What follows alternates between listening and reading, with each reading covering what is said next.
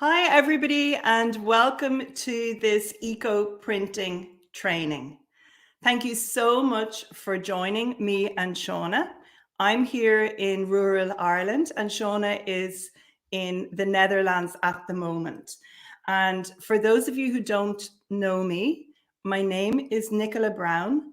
I'm a wet felt maker and an eco printer, and developing a sustainable textile practice, being environmentally mindful and health conscious is really important to me. So I'm really happy that you think the same way too, and that you are joining in for this training. Now, you may have printed off your workbook that we prepared for you, or maybe you're filling it out on your iPad. But do please make sure that you have your mobile phone off, because this training is going to last for approximately 1 hour.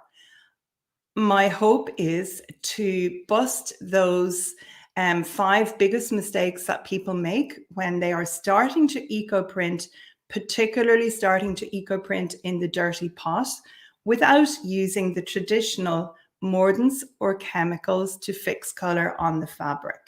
And most of the mistakes, probably 80% of mistakes, are made in the preparation and the planning before you ever get to your pot.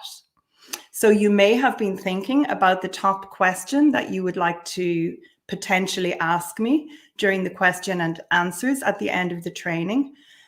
If I answer that question in my presentation, obviously there's no need to ask it. But if there is a question that you would like to ask, either during the live stream or if you are watching this as a recording, and it's only available to those of you who registered. This isn't publicly available on Facebook or YouTube. So if you have a question for me, please leave it in the comments, and you can just put 3 question marks at the beginning and at the end. And as I'm making my presentation and giving you all these tips and hopefully helpful pieces of advice, Sean is going to make a note of the questions and I will answer some of them at the end of the presentation. And for those of you who are watching afterwards, people in Australia and New Zealand, the training is going to be hosted using the same link that you are using to log in now. The training is going to be hosted until the 2nd of April, which is Sunday night. And so it's going to be the whole website, this whole concierge page with the training and the link to download the workbook. That's all going to be offline from Sunday evening. So please make sure, if you want to watch the video again, or if you intend watching it as a recording, that you do so within the next 6 days. And at the end of the training, I advise you to make a note of the supplies and things that you already have, the resources you already have at home. Put them in your workbook. And then Shauna and I will have an email heading out to everybody. It's going to be in a few days' time, maybe at the beginning of next week. And I'm going to link to some of my favorite suppliers for you and other resources that will help you get started successfully. So without further ado, let's get going. So I promoted this workshop as the top 5 mistakes that people make that are preventing them have success when they start eco-printing in the dirty pot.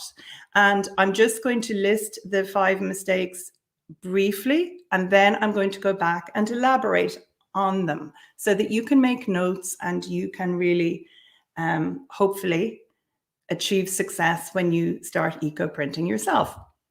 So the very first mistake, it's actually not following a simple process that has already been proven to give successful results.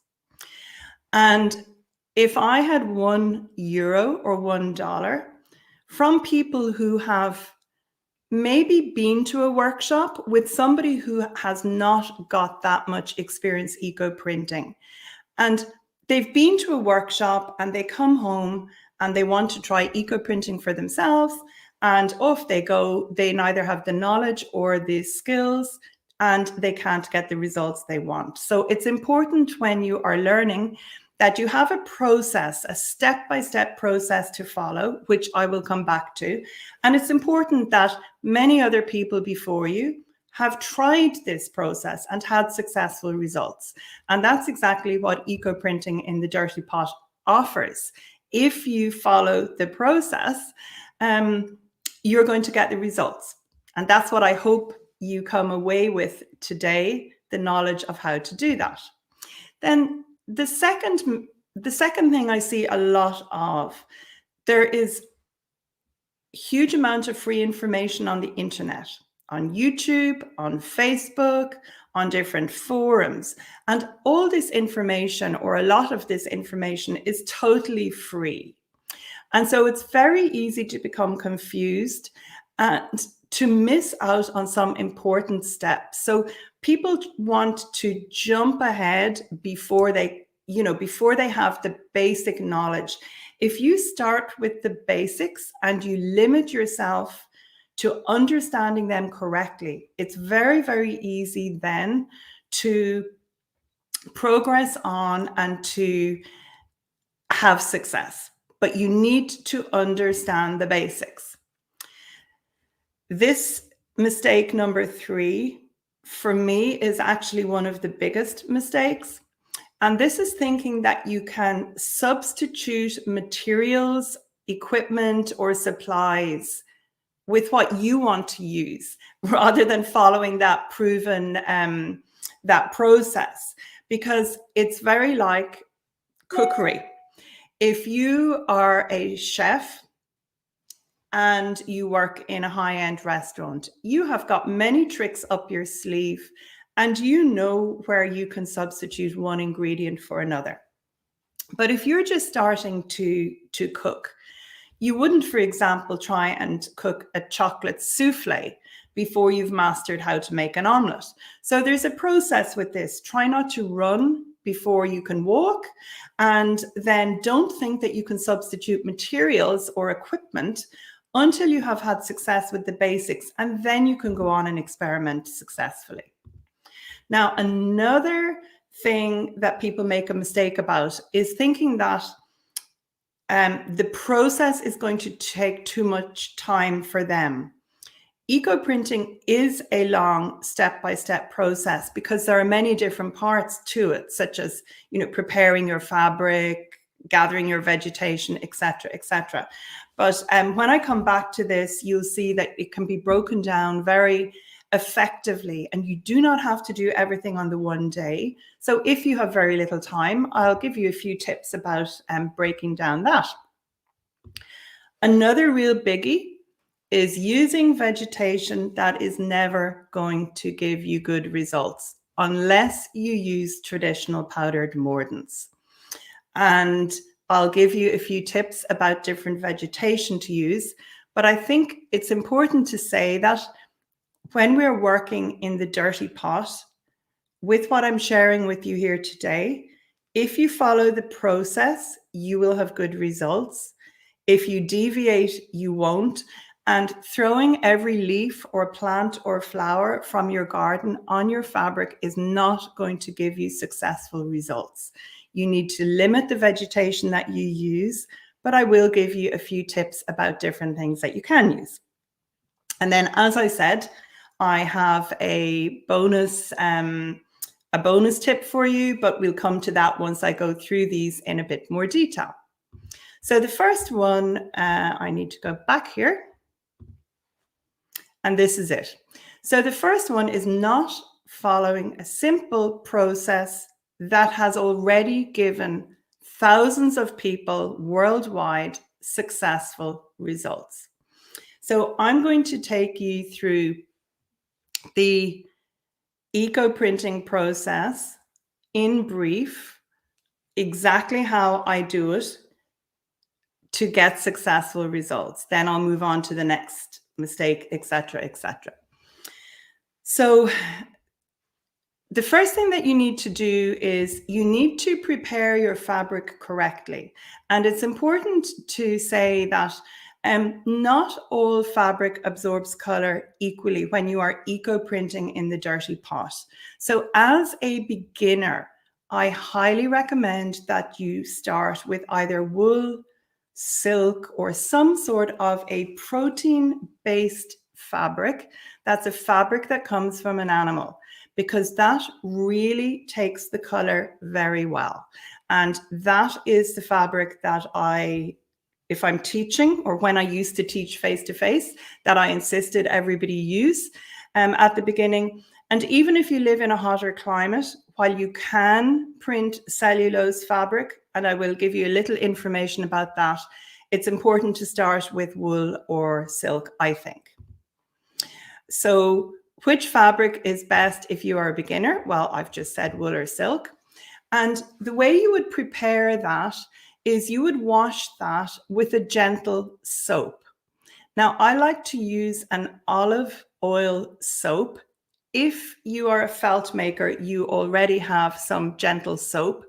But what is important is not to use a detergent, not to use what sometimes would be considered to be an environmentally mindful washing liquid. Just use a soap, and you can wash your fabric by hand, or you can wash it in batches in your washing machine. I use the wool cycle on my machine to wash all my cashmere, my silk, and my wool. And then if you want to eco-print on cellulose fabric is really great if you live in a hot climate. So if you're maybe in India or Malaysia, somewhere where it's very humid, or you could be in Texas, you may want to wear more linen, maybe linen and silk, and certainly not wool. So the linen and any cellulose fabric such as cotton or ramie, you can also include viscose in this. Any of those fabrics, they can have a more aggressive wash in your washing machine, but you still need to use the gentle soap, that olive oil soap. And the reason for I'm being specific about the soap, olive oil, or maybe a goat's milk soap, is because if you use any other sort of detergent, they often have stain blasters, even if they're environmentally mindful. There might be some lemon juice or some orange rind in the commercially prepared cleaners, and that will prevent as good absorption of color on your fabric. So just bear that in mind. Try and have a nice gentle soap. So once you've prepared your fabric, then the eco-printing process itself is actually very simple. So here you can actually see what the process is like. The first thing you need to do is you gather all your materials, having prepared your fabric. And I will go into the materials in a little more detail in mistake number 3. So after you've gathered your materials, you would lay your prepared fabric on your work table, and you add your vegetation. Now in this piece here, I'm using onion skins, and I'm adding a little sprinkle of black tea. And you can see that I'm only putting the vegetation on one half of this felt sample. I've folded it over so the onion skins and black tea are in the middle, and I've added some leaves from my garden on top. I'm going to roll this up on a copper pipe, and I'll explain a little more about the pipes when we come to the materials. I roll it up really, really tightly. And that is a mistake that many people make, particularly if people have experience working with mordants. If you are already an experienced eco-printer and you are used to working with mordants and you get good results with mordants, just be aware that when we are printing in the dirty pot, we are submerging our bundles into the pot liquid. So it's really important for you to roll it extremely tightly so that you get the direct contact print. Then after you've rolled your piece up, you need to tie it really tightly. Then it's ready to go into the pot. And being environmentally mindful, I like to process not just one bundle. I like to process several bundles at the one time. But I'm going to give you some tips about time when we come to mistake number 4, thinking you don't have enough time. So just bear in mind that it's better to process 3 or 4 bundles at the one time than do them all individually. And then after the processing time, the length depends on your vegetation. For soft vegetation, 2.5 hours is a very good time. And for tougher leaves, like some of the eucalyptus, anything between 3 and 5 hours is necessary for good color. And the whole time your pot your bundles are in the pot should be boiling, not just a warm heat, it should be actually bubbling. But you can see here that as I'm opening this piece, there is beautiful color. And that golden color on the bottom left of the piece, as we look at it, that's coming from where the fabric was in direct contact with the copper pipe. I'll just go back. You can see there, when I unrolled it, that's where the fabric was in contact with the copper pipe. And at the moment, I'm just removing the leaves. And when I turn it over, these are the onion skin prints. These are the onion skins that were in the middle of the bundle. And you can see that they're a beautiful mirror image. After I wash it out, can you see how reflective this is? This is because this particular piece is handmade felt, and I have some interesting embellishing fibers on the surface of the felt. And they have actually absorbed the color from the, excuse me, they've absorbed the color from the dye pot. And then that's the other side. That's the side that had the leaves on it.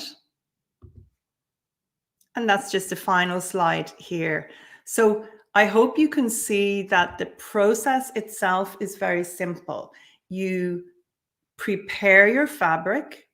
I like to soak it overnight in water the night before I eco print, because that helps it absorb more color. Then I squeeze it out really well. I lay out my vegetation. I roll it up very tightly, and I boil it for several hours. And it's as simple as that. If you remember that, you will find that that's really helpful. Now, the second mistake really is just becoming confused and overwhelmed. And it's not even overwhelmed with how much there is to do. It's more overwhelmed with the amount of information that is available, and trying to jump ahead and get specific colored prints maybe from different leaves. And one of the reasons that leaves print differently in different parts of the world is because some soil is very acidic, some is very alkaline. We all live in different parts of the world, and I hope you're putting comments in, or I hope you did at the beginning. Maybe you introduce yourself and let us know where you're tuning in from. But the growing conditions, the temperature, the climate, the amount of rain, all of those things make a difference to how the leaves will print. And that's why when I'm teaching, and I have actually I have an online course that's going to be opening later tonight, and I'm going to be accepting new people into that course for the next week. So if you're interested, at the end, you can stick online and you can get information about that. But that's why I'm very clear, when you're starting to eco print, don't try and experiment with all sorts of different vegetation. Stick to things that I recommend if you like my style of eco printing, and you won't go wrong. So start with the basics and start with the correct equipment, which I'm going to share with you now. Because if you start with these things and you have success, At that stage, you can then add in different vegetation. But if you start adding in, if you substitute a pot, one type of pot for another, or you think, oh, somebody said I can print with, let's say, oak leaves, for example. If you start to put all those sorts of things together before you've got the hang of the basics, you're not going to be successful. Oak leaves, for example, print brilliantly. If I'm in Kentucky and I use oak leaves, they give amazing prints. But the leaves on my own trees only print during certain months of the year. So I've learned from experience, and what I'm trying to share with you during this training and in any of my free online trainings, and obviously, of course, my intensive paid workshops and club, I am sharing the benefit of my experience with you. So thinking that you can substitute materials or equipment and still get the same successful results, that is a really big mistake. So this is where, if I go back to being a chef, if I'm a chef and I want to make a, let's say I want to make a wedding cake and I don't have any experience, and I decide I'm going to substitute wheat flour for coconut flour, or maybe I'm a vegan and I don't want to use any animal products in what I'm cooking. You need experience to know, can you substitute one thing for another? And with eco printing, the process and the equipment is really, really important. Eco printing in the dirty pot, it's not difficult to gather the equipment. And that's actually why we've included 2 pages at the back of the workbook where you can actually maybe make notes of equipment that you have that you mightn't even have thought you already had. And we'll go through the essential supplies here that you need to get started eco printing in the dirty pot successfully. And you're going to see that there are not that many things. So the first thing you're going to need is a heat source. And in order to get the best eco prints when you are working without the powdered mordants, the chemicals used to fix the color on the fabric, the best heat source I have found is either gas, that could be propane or butane. This is a butane burner, or firing my pot using wood. My biggest pot, I fire it with wood. But propane is really, really easy. And from the health and safety perspective, it's important that you site your cooker somewhere safe, where it's not going to be windy and where you're not going to burn anything. But I like gas. And one of the reasons that I like gas and I like wood is because I can put my older pots on top of them successfully. So if you have an electric cooker, for example, and you have a big pot and it's an older pot, that pot may have a bumpy bottom and you can't make good contact. You can't bring your pot liquid to the temperature that you want. So I highly recommend gas. And I'm going to be quite firm about this. If you want successful prints right from the start, you need an aluminium pot. No other pot is going to give you such good results. You're going to need some rusty metal. Now, I have said that we are working without traditional powdered mordants. Those are the chemicals or the metal salts used to fix color on fabric. And yes, we are using knowledge from the traditional natural dyeing world to help us with our eco printing. So we are, sorry, 1 second, I hit the wrong button there. There we go.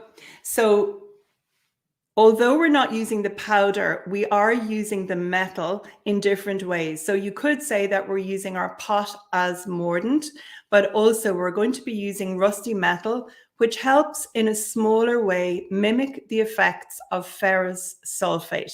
And ferrous sulfate is a very useful mordant that helps make pieces more light and color fast. So I like to have rusty metal, and you'll discover when you become more experienced at eco printing that there are 2 uses for this, or 3. One is putting a piece of rusty metal in your pot, the pot that you're printing in. Another is to create rust water if you want to eco print cellulose fabric. And a third one, you'll see in a minute. It's actually about to come up, I think, in a minute. So string, you definitely need string. And this is t-shirt yarn. It's my favorite because there's a little bit of give or stretch in it, and it's very easy to get the bundles nice and tight and not to cut my fingers. And I reuse the string time and time again. That's why this string looks dirty. Haha. So here is the next thing for rusty metal. If you look at that food can and if you look at that top pipe, both of those look rusty, and they are. So the rusty metal helps modify the colors that you can achieve. For example, let me just put me on screen for a second. This scarf that I'm wearing here, I hope you can see it. This was eco printed using onion skins and rusty metal. So a lot of the darker color is coming from the influence from the rusty metal. And then the pipe in the middle is a copper pipe. And you already saw on the previous, on the process images where the copper added that modification of color, that goldeny yellow modification of color there on the bottom left of that image. That's coming directly from the copper. So if I was to eco print using onion skins and to eco print on silk, it would make my pieces more yellow, more golden. Vinegar is very, very handy to have. And I would say it is one of the things that, for me, it is essential in my studio. It helps activate the rust, and some vegetation particularly likes the effect of having a more acidic environment in the pot. And by that, I mean certain vegetation, eucalyptus in particular, gives better prints if I add some vinegar into my eco printing pot.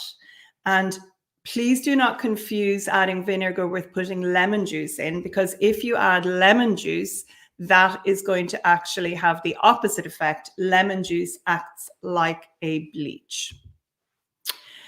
When it comes to vegetation, I'm going to talk about vegetation a bit more in a minute, but what you can see here is vegetation that I often use. This is onion skins, and I have eucalyptus leaves here. The green ones are fresh and the brown ones are dry.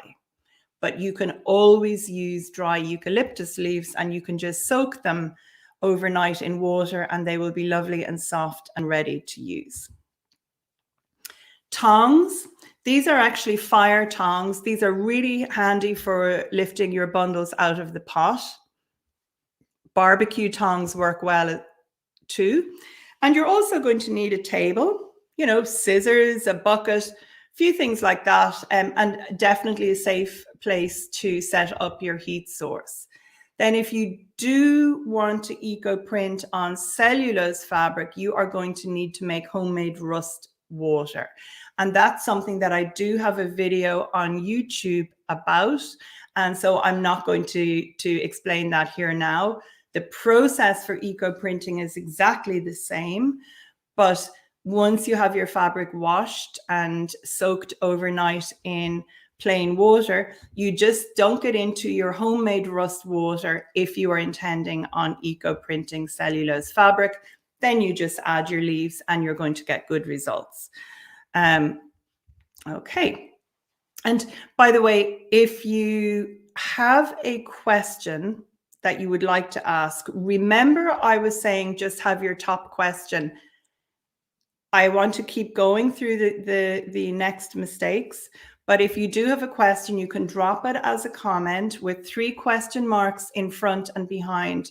And Sean is keeping an eye on the comments, and we will, I'll try and answer some of them afterwards. And Shauna, just for your reference, somehow there seem to be 1 or 2 comments privately on YouTube. So just to flag that for you now, in case you don't see them. So that was number 3, thinking that you can substitute materials or equipment. I've given you the basic list of what you need. That should be simple enough to get that all together. Now, number 4 is lack of time. And this is actually quite a biggie. The eco-printing process does take time because you have got fabric to prepare. You've got vegetation to gather. You've got your dirty pot to set up. You've got your processing time. And before you know it, I mean, a full day could be gone and you might only have a few bundles processed. Then there's all the washing out afterwards and ironing and finishing the pieces. Now, I have found that breaking things down into manageable steps makes such a big difference. And that's actually why in my Eco Printing with Eucalyptus course, which I will tell you about later for anyone who's interested, it's not obviously what this free workshop is about, but I'm going to let you know about that at the end. That is why I drip feed the information during the course into 8 days, the initial information, 7 days, then a whole load more information, because we can break down each stage, preparing the fabric. So if you're somebody like me who is helping care for a family relative and who really doesn't have very much time, what I can do is I can actually wash fabric. It could be new fabric that I've bought, or it could be upcycled garments, secondhand garments or clothes that have been donated to me. I can wash and prepare all of those. I can actually dry them and put them away somewhere, ready to soak overnight before I eco print. So that's one thing I can do, the preparation of the fabric. I can prepare my eco printing pot. I can prepare my rust water.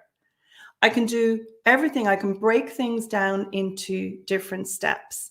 The only thing that actually needs to be all done in one day is that needs to be done in a several hour period is the physical processing of the bundles.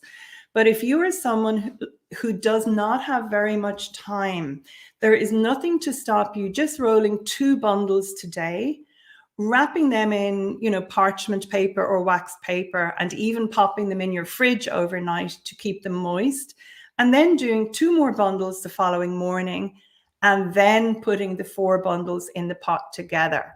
Because we're trying to be mindful of resources. We don't want to waste our time. We don't want to waste our gas or our wood. It's much more economical to process 4 bundles than 2, but the 4 bundles don't have to be all rolled up on the same day. Equally, you can process your bundles. You can take them out of the pot, and then you can leave them until the following day to open them. And once the bundles are opened, you do have to finish your fabric by washing it out and ironing it, but that can take place 3 or 4 weeks later. There will be no detrimental effect for your prints. And in fact, some people actually think that if you leave your fabric for longer without washing it, you get stronger results. Personally, that hasn't been my experience, but everybody has their own way of working. For me, I like to wash them. I don't find leaving them longer makes the prints better, but that's it. But I often don't wash them for weeks on end.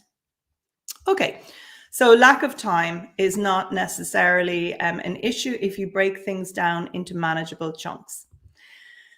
Then, big one.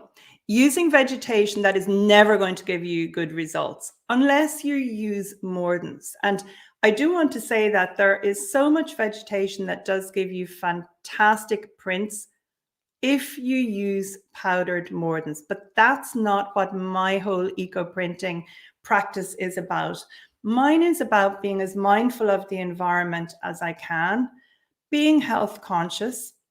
There isn't a health implication when the mordant, a powdered mordant, has been made into a liquid solution. The health implication is in the inhalation of that powder, because your lungs cannot expel the powder. And there are also environmental concerns about the mining of the mordants. So if I can replace that by using my pot as mordant and roll on chunks of old rusty metal that I find, that's the way I want to go. So vegetation is a real biggie. Now, I've already said that onion skins are fantastic for giving you good eco prints. I'm just looking here now. I have some, excuse me 1 second. I just need to check my presentation, my slides, to see. I'm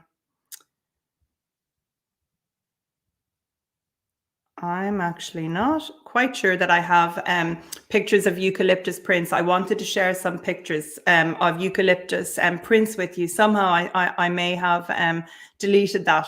However, suffice to say that eucalyptus leaves of many different varieties give wonderful, wonderful eco prints. Some give red. And since I appear to have deleted that set of slides, I have a piece here beside me. So you can actually see here, these rounder leaves here, these are actually Eucalyptus gunnii azura. They give fabulous prints, and a subtly different red color print. These here are Eucalyptus nicolii. And when Shauna and I send you, when we send you an email with a link to resources, you know, after, you know, in another few days, we'll include information about eucalyptus varieties that give very good red prints. Now, they don't all give red prints. Some of them give beautiful golden prints. And if you're very lucky, you might get green prints. But eucalyptus leaves are wonderful, and so is eucalyptus bark. So if you have access to a eucalyptus tree, by all means, try using those leaves. However, when you are printing on wool and silk and protein-based fabric, many of the eucalypts need a much longer processing time. If you're doing the rust water dip, you can get prints quicker, but you won't get red prints. They will be very dark. So now I'll actually just share, let me just see, maybe I have some here. Hang on a second. Okay, well, look, here's some different vegetation to try. And I think I do have a few photos I can share with you. So blackberry leaves print beautifully. So I've already said onion skins and eucalyptus leaves, eucalyptus bark, but blackberry leaves print brilliantly, and they are particularly good on cellulose-based fabric, I think. They give really lovely prints. And the underneath of the leaf gives a stronger print than the upper surface of the leaf. And here's one of my buddies, Paul. He actually works in our National Botanic Gardens. He teaches people, you know, he teaches about growing plants. And he came to me for a workshop, and he brought a T-shirt with him. So as I said, when I do face-to-face workshops with people, or when I used to do face-to-face workshops with people, when I had more time, I only ever taught them, unless it was longer than one day, eco printing using either wool or silk. But when I would teach somebody, if they brought a piece of their own, he brought this white cotton T-shirt, and I think this looks fantastic on him. And this here is a pair of old trousers of my own. And for those of you who live in places like Canada and maybe North America, you're probably familiar with a weed called fireweed. And so the correct name for the fireweed is rosebay willow herb. And these trousers are a combination of blackberry leaves and rosebay willow herb. They're linen. And I have got so much wear out of them. I absolutely love them. They were secondhand trousers that I got from one of my sister's friends. And here you can see Rose Bay Willow Herb on a pale blue linen. And these are actually the leaves from the Rose Bay Willow Herb on the pale linen. Now, what I'm going to just do now, I am going to just check and see, are there any questions for me? Then I'll share a few more pictures of eco printing, and I'll give you some bonus tips, or mistake number 6. I'll just give you some bonuses there in a second. So I'm just going to check here. Okay. So I'm not going to be able to write these questions on the screen, so I'm just going to read them out. So some excellent questions here. So is coconut soap okay to use? Yes. Any gentle soap is perfect to use for washing and preparing your fabrics. And I would also use the same soap when I am washing out the pieces afterwards. Then another question, if you're using your dirty pot and you've got your bundles inside and the pot liquid evaporates, do you add more vinegar? So I would top up my pot with water. If I was using a lot of eucalyptus in the bundles, I would add a little bit more vinegar. And also I often soak eucalyptus leaves in a big pot with water, or a big bucket, and I would add some of that eucalyptus water. Okay, and here's somebody who wants okay, golly. Okay, so there's lots of questions coming in. Okay, so somebody is wondering, is there a way to know when to gather the leaves, or which leaves to gather that are best for eco printing? Honestly, you need to start with the basics and not jump ahead. If you have a relative, as this person has, her sister has eucalyptus, you need to be careful if you're posting leaves. You shouldn't be transporting them across state lines in the US, because different states have very, very rigorous rules about posting or transporting plant material. Equally, here in Ireland, I would never post any of my leaves to, let's say, Australia or America. So just be mindful of the environmental impact of sending leaves.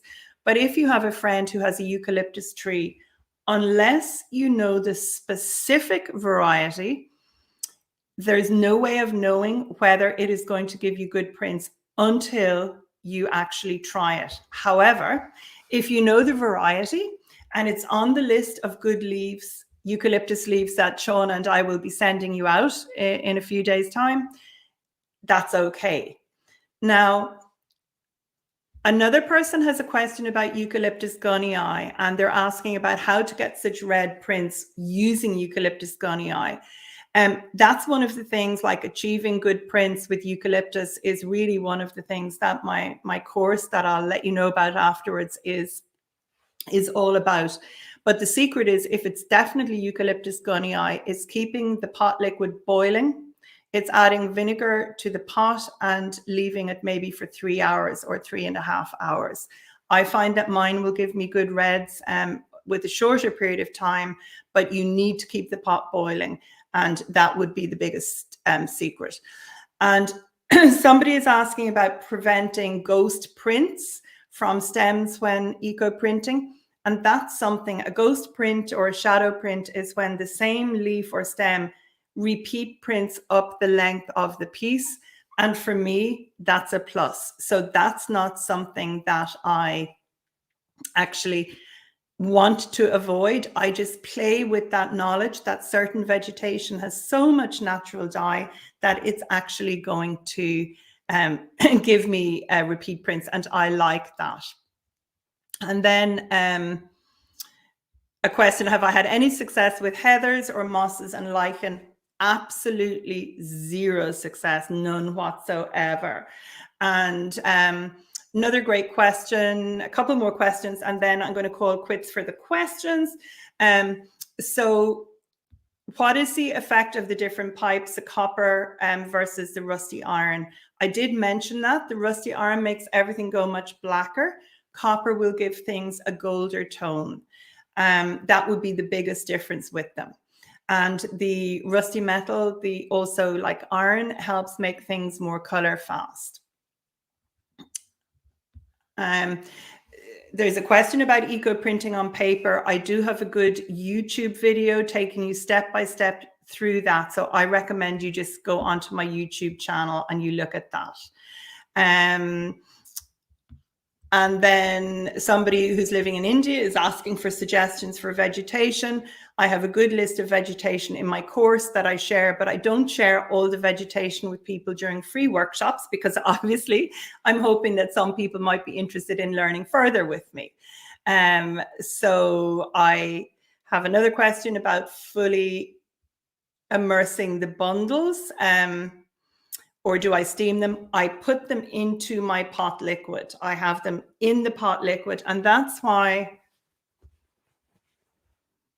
there's subtle background color on the pieces. I think I'll share a few more. I'm going to share a few more photos with you now in a second. And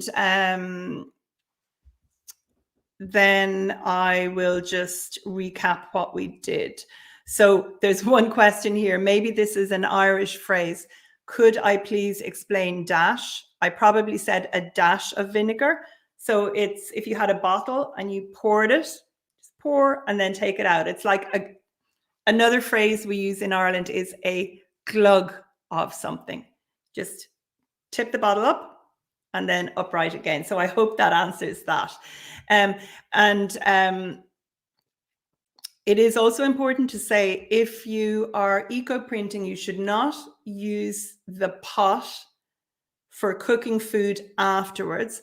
And if you don't have any outdoor space and you're working somewhere like your kitchen, I would advise you to put a mask on, and you need to make absolutely sure that you have good ventilation when you are processing your bundles. You need windows open. So somebody was asking about working in a kitchen, and that's okay if you've good ventilation. But if there's somebody in the house who would be inclined to get asthma, be aware that I have had one person who found that one of their relatives got asthma from the steam. So just one, and I've had 2 people allergic to the vinegar. Okay, so I'm going to share some more pictures, and yeah. Let me just go here. Okay, so this would just show you some, vegetation things. So this here is lamb's wool. This tunic here, this photograph was taken a few months ago. This tunic is nearly 7 years old now. It's one of the first pieces I did. I commissioned some wool from a local woolen mill.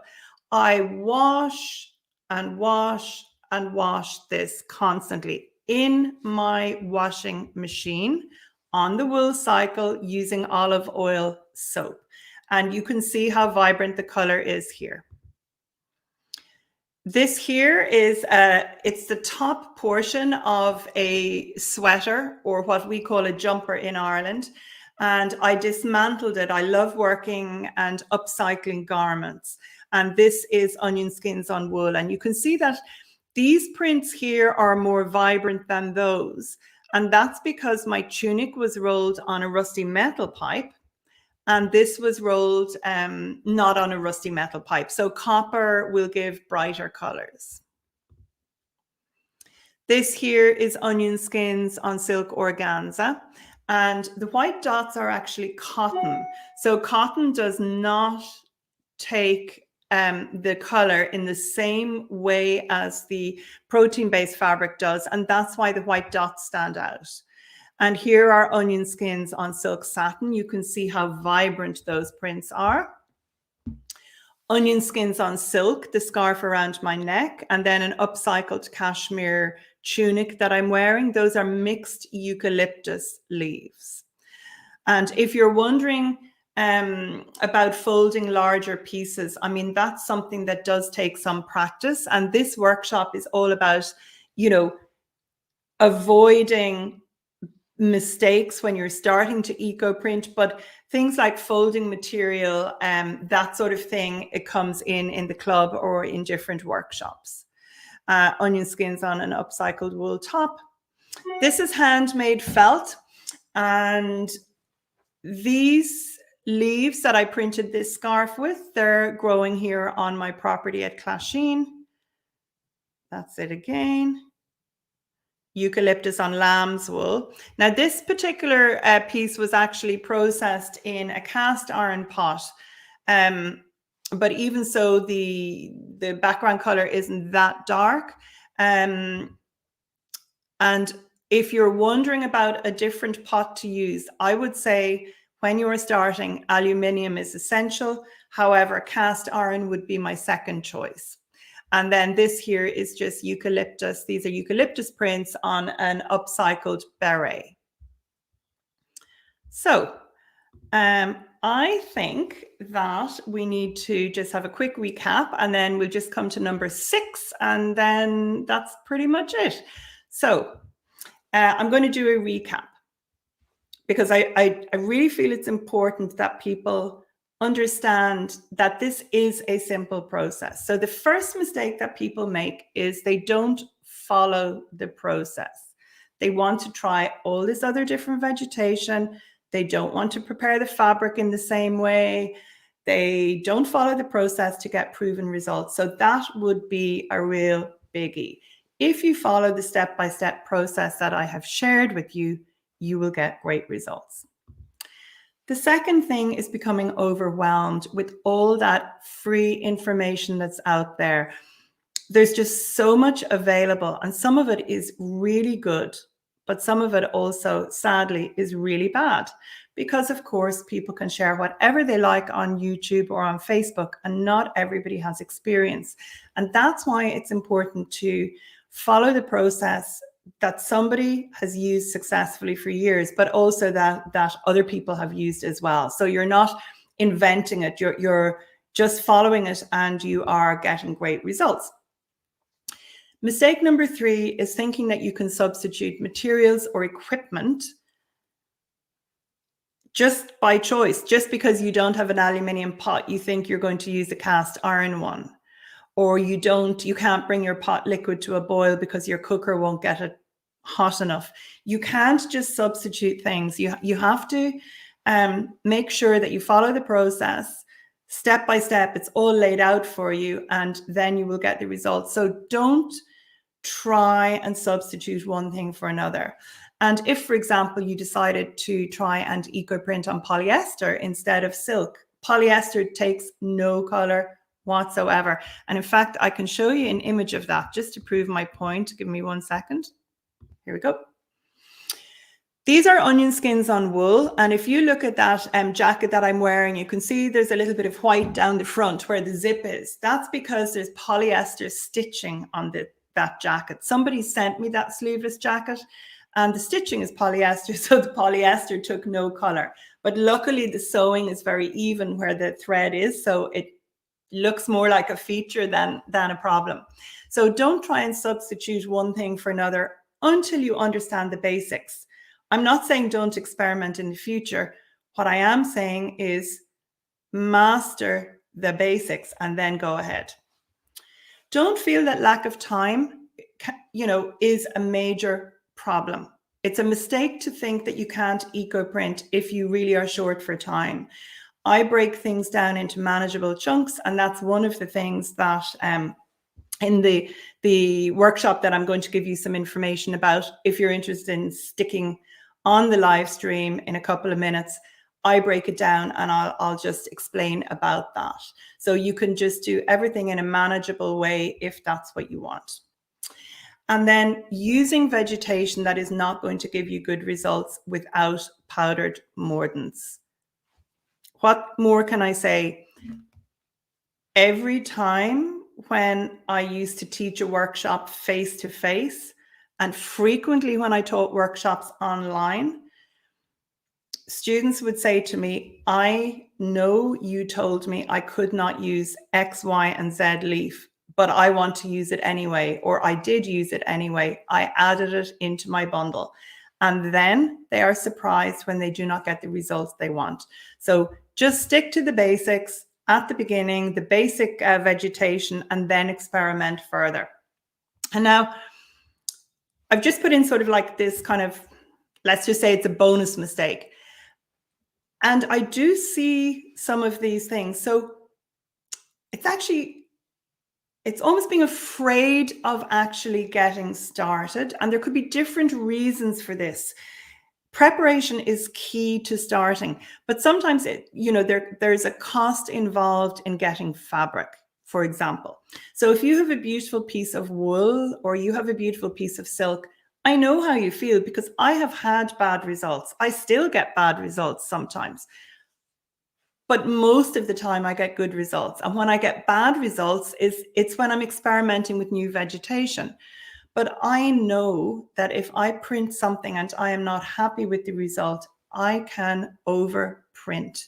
And overprinting really, really takes the stress out of working with more expensive fabric.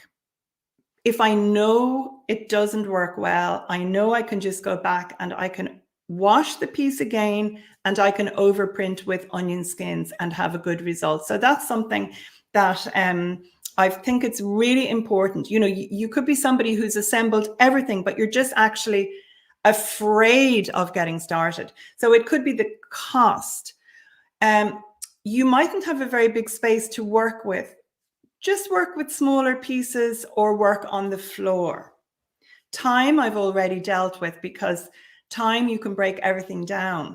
Ruining the good fabric, overprint. No clear direction. I really hope that I have given you a clear process that you can follow. If you have clear direction and you understand the process and you follow it, you are going to get great results. And a fear of failure is normal. And I still have it when I'm doing really precious pieces of fabric. But also you might have had a bad experience in the past. Sometimes what can happen is that you've been to a workshop or you've learned with somebody online and you have not got good results. You don't know why you didn't get good results, or you've gone home and you can't repeat the results.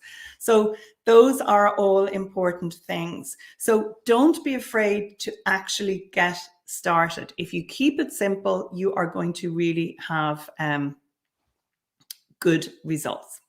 And with that, I think I'm going to wrap up this, the workshop. I'm going to just let those of you who are interested, if you've enjoyed this and you think, wow, this was an hour and I've shared plenty of information with you, but if you'd really like to work with me and learn with me, just stick around for the next few minutes while I explain about my online course. I'm going to open it up for registration this evening. And it's going to be just available to join for the next week. It's going to close then until the end of the year. And so because of my family circumstances now, I'm not in a position to teach face-to-face workshops like usual. I also can't teach the same sort of online workshops that I did. So I have a really, really fantastic EcoPrint and Wet Felt Club that is not open for registration now, but that's $990 US dollars for the year. And that's where people who are serious about developing their wet felting and eco-printing practice can work with me. But I have this course. It's called Eco-Printing with Eucalyptus in the Dirty Pot. And it's actually a course where not only do you learn all about eucalyptus, but all sorts of things, which I'll just run through what I share in a second. But it's all about the foundations of eco-printing. So all those questions you're asking, in the conversation, as questions, the course should answer all of those for you. It's about the foundation of eco-printing. There is a special emphasis on eucalyptus, but And there are plenty of other things as well.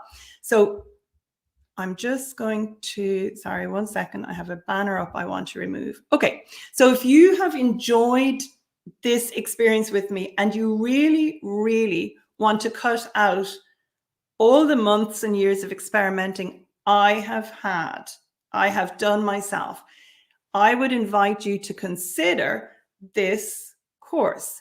Now, Shauna, if you could drop the link into the chat, that would be really great, because it is possible to register for this now for anybody who wants to. Shauna will drop it into the chat, and it's going to go live on the live stream page at 7:30. But this is a one-time payment with lifetime access. Now, when I say lifetime, as long as I'm facilitating courses and the club online on Kajabi, and trust me, I'm planning on being around for a long time. So you have lifetime access to this course if you choose to join me. So what it is comprehensive, step-by-step eco-printing instructions, text and videos broken down into bite-sized pieces. And as I've said, time is a really, really big issue for many, many people. So for the first 8 days, I release a new module a day for the first 8 days when somebody registers and joins this. And this means that it's all broken down into a structured learning experience. Of course, you can wait until the 8th day and you can just decide to do everything at the one time. But there is so much information in this course that honestly, breaking it down makes sense. And I just give you all these videos, step-by-step video tutorials, taking you through everything to get your successful results. Then there are helpful checklists for you and resources to download. Plenty of comprehensive information about eucalyptus, about growing them, about eco-printing them, about which varieties give red prints. There is an introduction to natural dyeing. I'm not sure how many of you follow me on Instagram, but I actually posted an image the other day of some beautiful naturally dyed fabric. Well, I think it was beautiful. Naturally dyed fabric, which I did in an aluminium pot. So I share with you in this course how to dye using eucalyptus vegetation without using powdered mordants. I also give you information about loads of my favorite eco-printing vegetation. And for people in other countries, such as the lady or man who asked me from India, I give you information about all sorts of vegetation that will print that grows in different countries to Ireland. So in this course, it's $149 US. You have all that information. For those of you who are used to working with cellulose fabric, you know, this image here of Paul in his t-shirt, this fabric was dipped in the homemade rust water. But if you want to get more colorful prints on cellulose fabric, I give you an introduction to using soy milk as a binder to help you achieve colorful prints from the dirty pot on cellulose fabric. We have a private alumni community on Facebook, and that you can join that and meet more people who have studied with me. Some are current club members, some are past club members, and other people where you can make friends with people who are studying with me currently or who have studied with me. So you can upload images of all your work, you can ask questions, you can get great feedback from me and other people. So it's somewhere that you meet people with like-minded interest to you. And if you live, let's say you live in, I'm going to just say the Philippines. Say you live in the Philippines, you can then ask people in the alumni group, you know, is anybody else here living in the Philippines? Have you got any idea what vegetation in your area works really well in the dirty pot. So you can ask those questions of each other. Then for everybody who joins before Sunday, before the workshop closes again for registration, for everyone who joins before Sunday, I'm going to host 2 Zoom Q&A sessions towards the end of April. So that means you have all the first few weeks of April to actually go through the course content, maybe do some eco printing, and then I will answer questions for you. And if you buy today or this week, you're going to lock in lifetime access to the course. And in the future, I know I have some more information about various eucalyptus varieties. For example, I am going to be uploading that information, and you will benefit from any more information that I update into the course in the future. So as things progress, you will have more information available to you. So that's it, really. I mean, a course like that, if you came to me for a one-day workshop here in my studio when I used to teach face-to-face, it cost 120 euros. We literally printed a scarf, we had a chat, and we printed some paper, and that was it. You could go home, you would certainly be able to print a scarf again. That was 120 euros. This $149 workshop course, it contains so much information. It's for people who are serious. They know they want to eco print and they want a process to follow, and they don't want to mess around. They want to just get the good results right from the beginning. So I hope that has been helpful for you. I hope you have enjoyed it. I would love to see some of you join the course, but there's absolutely no obligation to join. I'm going to be, as I say, the link for the course will be on the live stream page from 7:30 onwards. But I think that Shauna has dropped it into the chat. I can't see the chat. I hope Shauna has dropped it in. I hope you've enjoyed what I've shared, and I look forward to welcoming some of you to the course. So thank you so much. Maybe watch the video again, make notes in your workbook, make sure that you join my public Facebook group, because if you would like to share images afterwards of pieces you have made with these instructions, I would be absolutely thrilled.